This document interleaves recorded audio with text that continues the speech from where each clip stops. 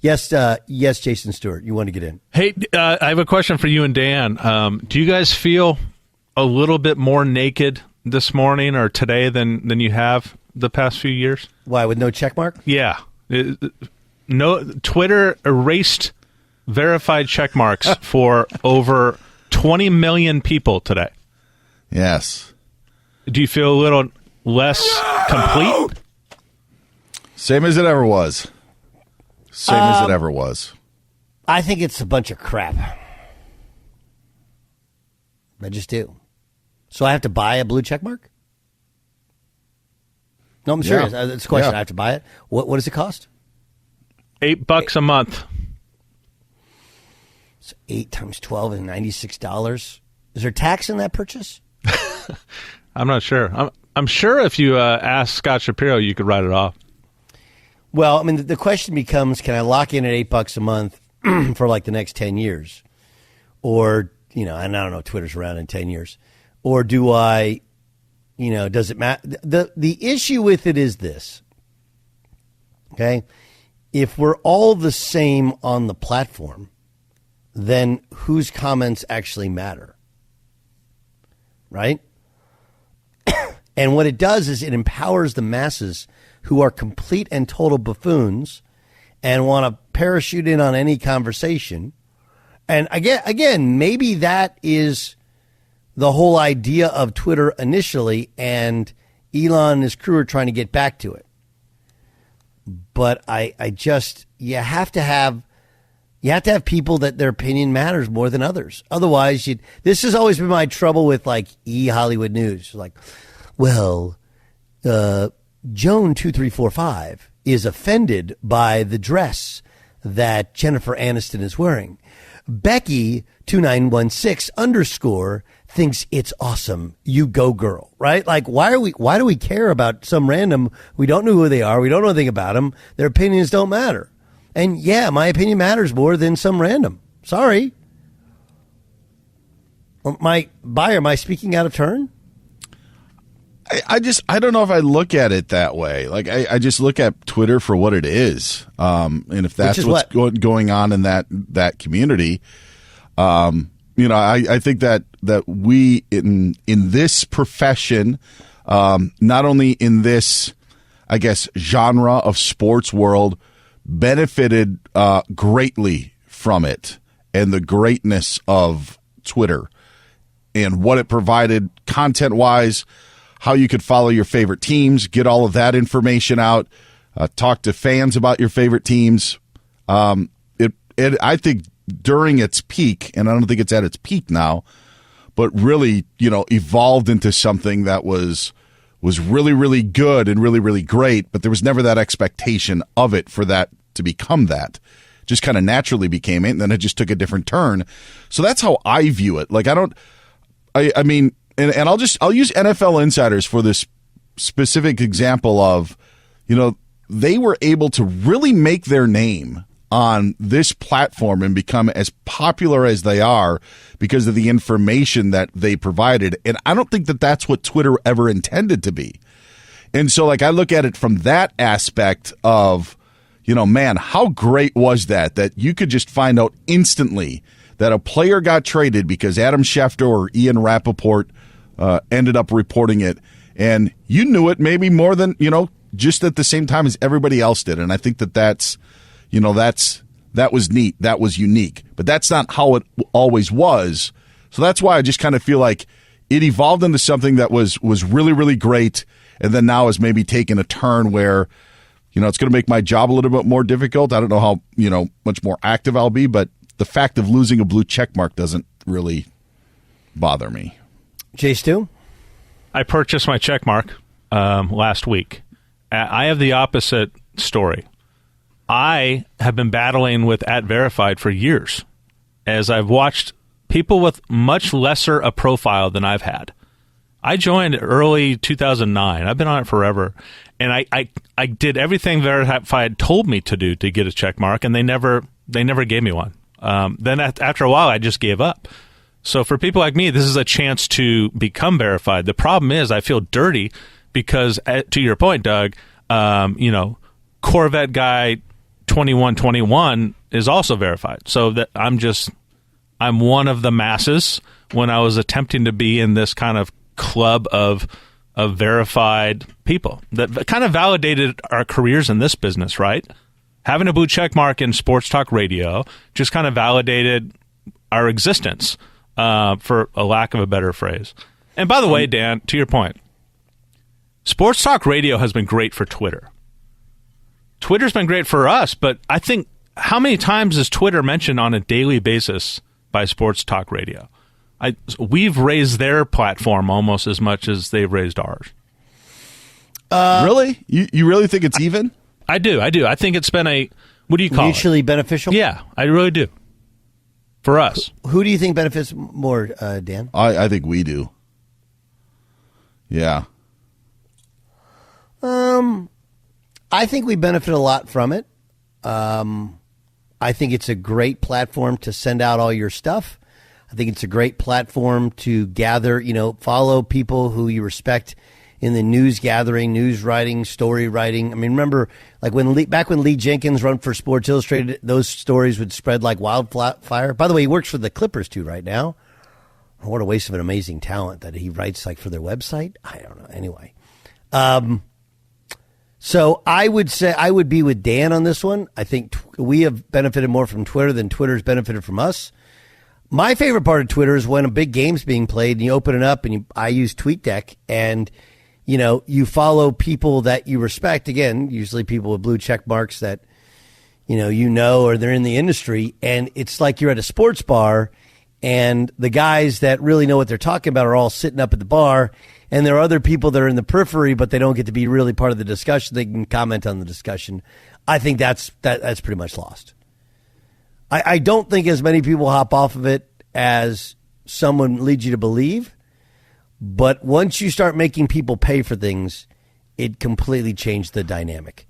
And you go to online content. I mean, how many times have I'd write things for ESPN.com, went behind a paywall, and the company makes a bunch more money, but you're going to lose some people. Now, the opposite side to it is if you pay, like I said, if you pay $8 now, and you could do it for 5 years, would you do it? Because it's like Netflix, right? Where Netflix just keeps creeping up the price. And with everybody saying like, oh, they increased the price, I won't do it. Everybody ends up doing it. I think that the blue check mark, number one, absolutely silly in terms of how people have felt about it. Jason talking about having a battle with verified for over a decade is amazing to me, because I think people think that like there's this 8 a.m. meeting at Twitter where everybody goes over verified accounts and is like, all right, who are we going to grant this blue check mark to today? It's not how it happens at all. Like I have no problem in saying how I got my blue check mark, and it was I didn't even ask for it. It happened a decade ago because of the radio show that I was on was making such a big deal about it, and our boss in charge at the time was like, all right, I'm sick of you guys talking about it on the air. Reached out to somebody at the network, and that's how I got my blue check mark. It wasn't like Twitter said anything or did anything. It wasn't that I was more important or more valid than anybody else. That's how I had it. And I never wore it as a badge of honor. It was just who I was. And so this battle to be verified, there are people with 1,000 people that were verified because guess what? They're a meteorologist, they're a meteorologist in Iowa City, Iowa. How about that? Cedar Rapids, Iowa, Sam's backyard. Guess what? They're verified because they're a part of a news organization. So there's a lot like with that. And I think seeing people today talking how they aren't blue check marked anymore tells you on how much it actually meant to them. That, no doubt, to be like there's a bit of insecurity to them because they don't feel that they're as validated as much as they were before, which I just find extremely absurd. I don't find it as absurd. And again, my reasoning is you have to have some way of deciphering who actually means something and who doesn't mean something. But I'm just being honest with you. I know. Right? Otherwise, you're the peanut gallery, and it's the old, Jerry Sloan, right? Once if you listen to the fans, you'll become one. But your name is Doug Gottlieb. Isn't that enough?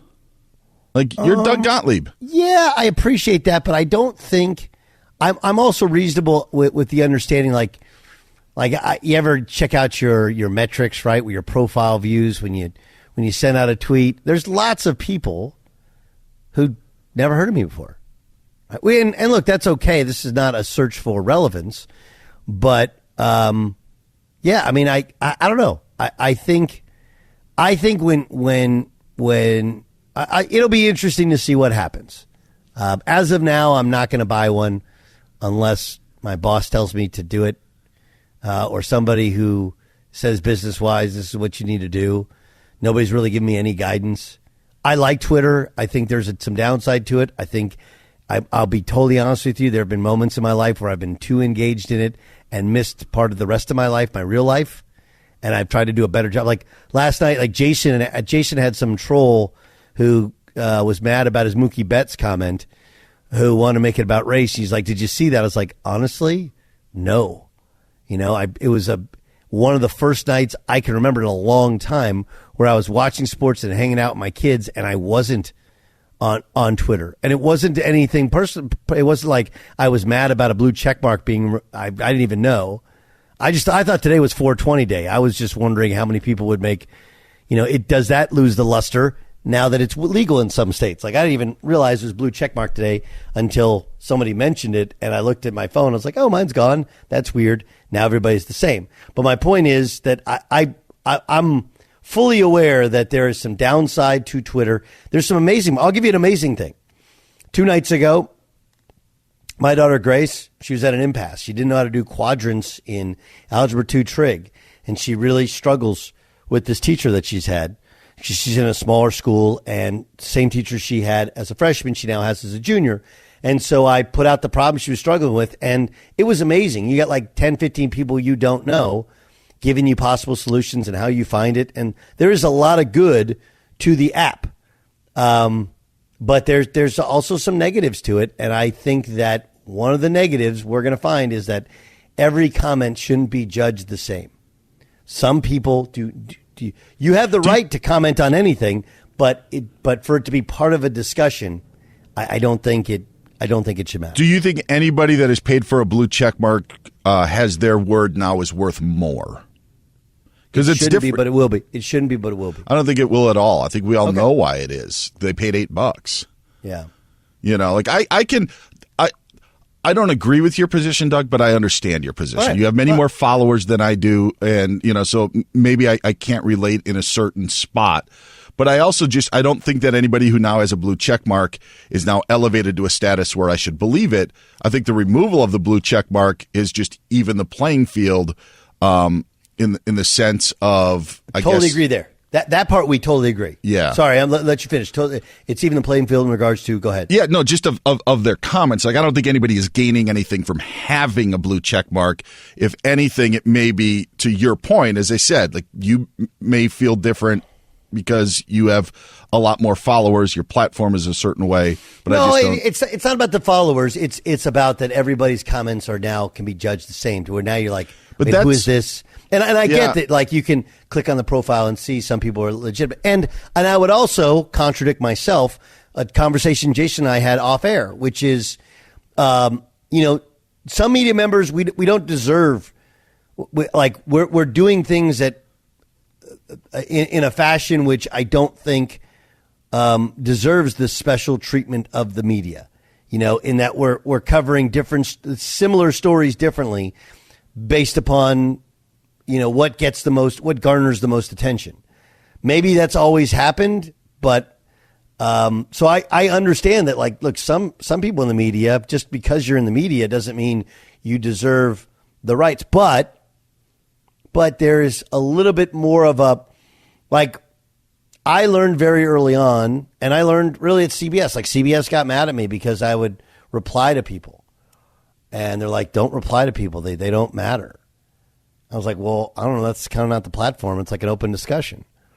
Their take was it just doesn't matter. Like, you're welcoming somebody's comments into a conversation that don't belong. Don't give them the time of day, and they'll just go away. It'll just be, you could even mute it if you want. But I mean, I'll readily admit that some people in the media should lose the right to comment on certain things, and you don't have to comment on everything. That's but I do think that evening the playing field is exactly what's happened, and I don't think that's what should happen. I do think some people's word should mean more. That's just, and maybe that's the arrogance that I possess. It's totally fair to say, hey, that's an arrogant statement. You're right. It is. But I know a whole hell of a lot more about some of these things I comment on. And so do you. And like it's like asking people commenting on radio and TV shows when we've all been on them and we know a whole heck of a lot more.